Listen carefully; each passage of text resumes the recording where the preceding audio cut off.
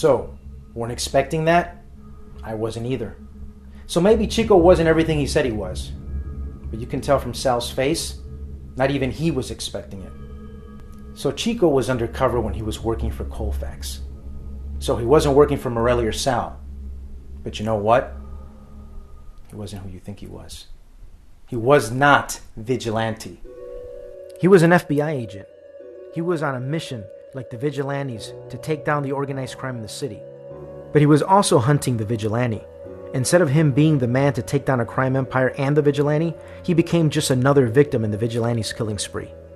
And with Chico's Special Agent Mendoza's death, national authorities no longer had any interference with the goings-on in Mancreet. He checked in with his superiors so rarely, they probably didn't even know he was dead for months. He probably wasn't even that great of an agent, though, or at least not a good shot.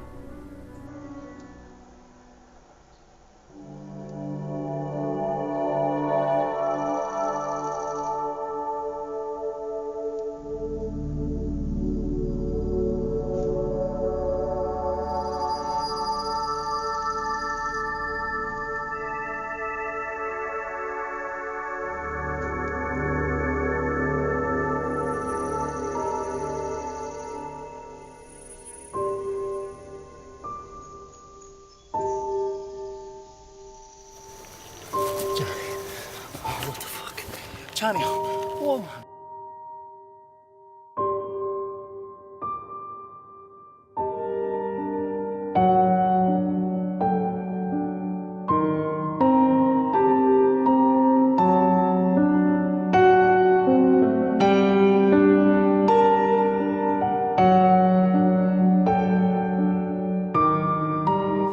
Oh my God.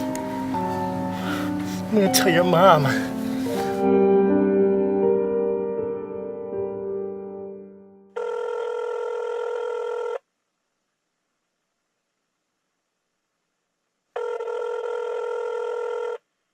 Yeah. Hiya, Mr. Cofax. Andrew? My condolences for your losses. How's your wife taking it? Her son is dead. How the fuck do you think she's taking it? Jeez, Marty, no need to get upset. All things considered, you didn't do a bad job.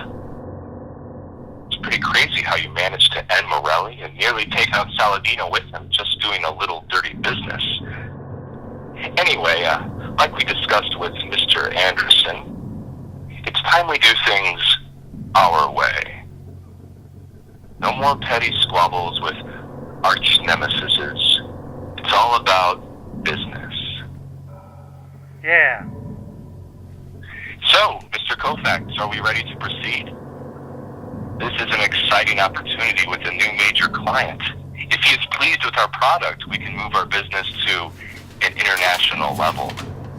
Don't worry about it. We're in position. The guys you gave me couldn't be any fucking greener. As long as they keep their mouths shut and keep their fingers off their triggers, there won't be any problems. No need to worry about them, Mr. Cofax. Just play it cool. Yeah, I got it. Sounds like he's here. I'll let you know how it went.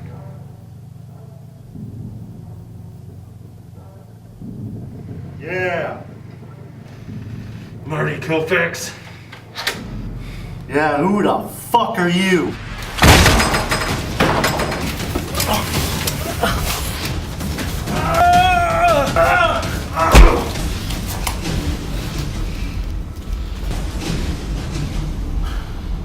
What the fuck?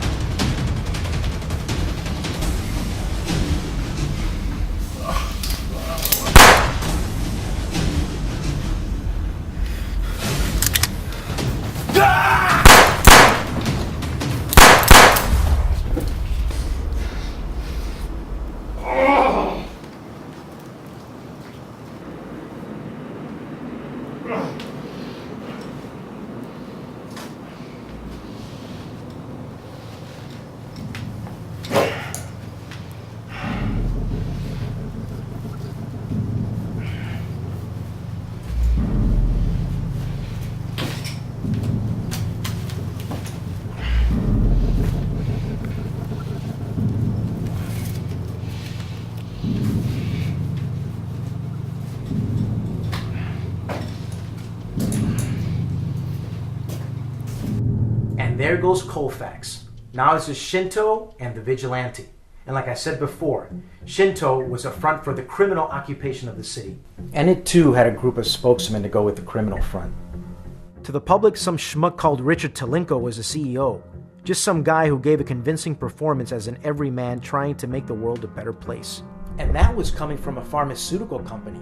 So you know they're just here for the benefit of mankind. Behind the curtain, the strings were being pulled by a Thomas Anderson. He was a pretty secretive guy.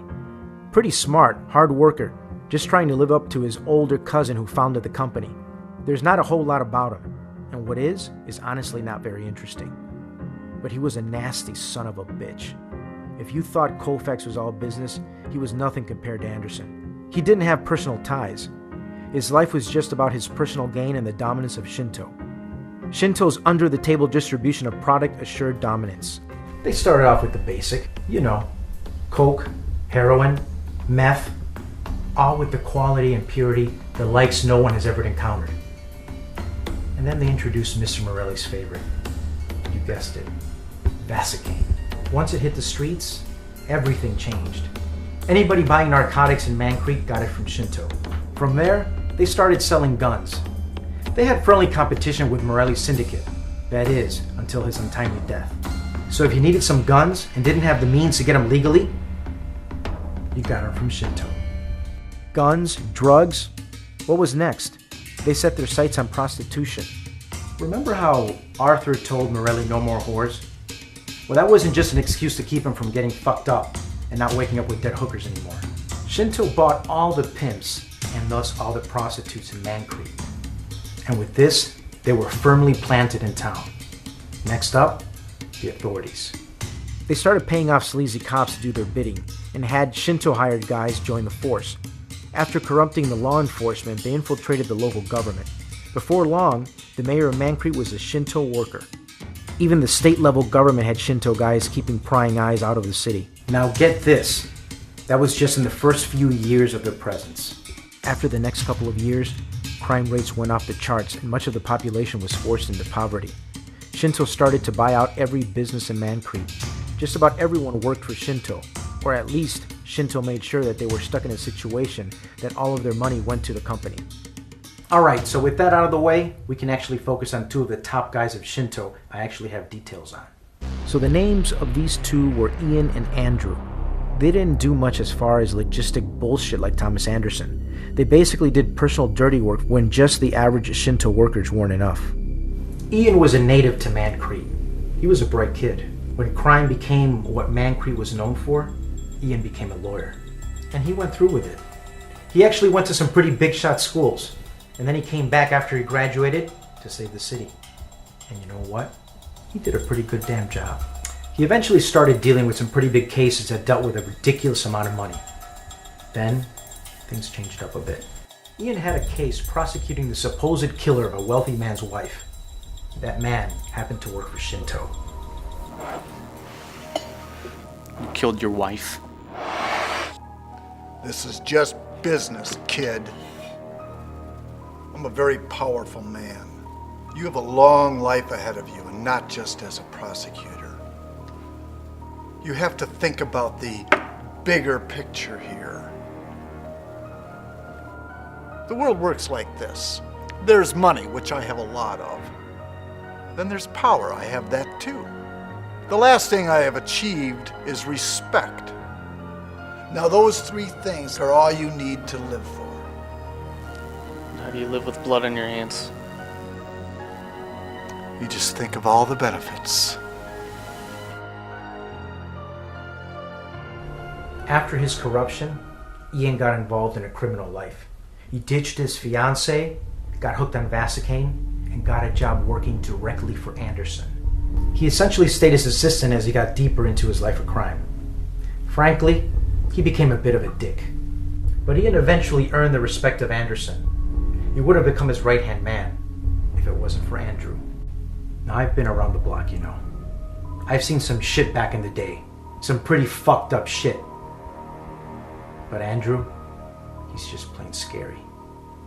No one knows his background for sure. Some say he was just a business associate working for Shinto to ensure success in Mancreet. Some say he was a mercenary and has slaughtered hundreds of people in third world countries. I've even heard that he was an android sent back in time to wipe out the human race. Who knows? Whatever he was or did, he was a dangerous fuck. And as a right-hand man of Anderson, he did a lot of chores for him. 90 or 91% of the time, those chores involved Andrew fucking someone up. In fact, there was rumors that he loved pain so much that he did it for free. That's gotta be bullshit. There's no way someone would pass up all the cash that Shinto paid their big shots. But that doesn't mean Andrew didn't enjoy his job. Once the vigilante killed Cofax, Shinto got very serious with the masked man.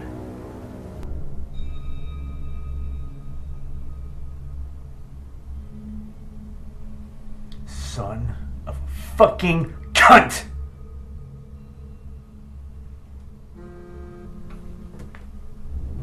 Ian, why the fuck aren't you here? I didn't. Sorry.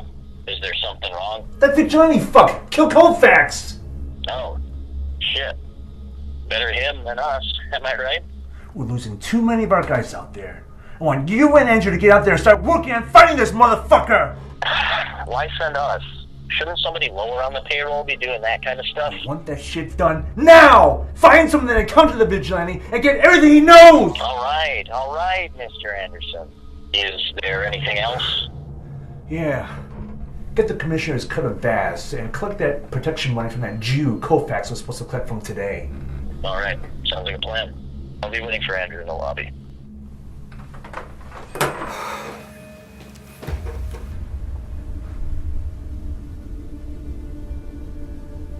Get to it.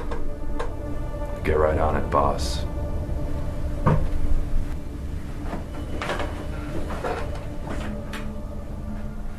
This was somewhat routine for Ian. Find the guy with the information and beat it out of him. But this time with Andrew, it was a bit much, even for Ian.